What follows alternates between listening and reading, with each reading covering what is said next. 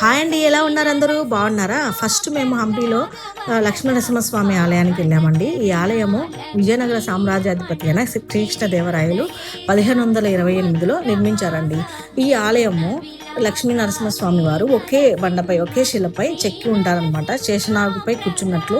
అప్పట్లో ఈ ఆలయం నిర్మించినప్పుడు ఒళ్ళు అమ్మవారు, లక్ష్మీదేవి అమ్మవారు ఉండేవాళ్ళు. అప్పుడు విజయనగర సామ్రాజ్య పతనం అనంతరము చాలా వరకు అన్ని నాశనం అయిపోయినాయండి, ధ్వంసం అయిపోయినాయి. ఆయన శేషనాగు 7 తలల పాంపై కూర్చున్నట్టు, ఒక యోగ నిద్రలో కూర్చున్నట్టు ఉంటారండి. చుట్టూ మోకాళ్ళపై బెల్ట్ ఆధారంగా ఉంటుంది.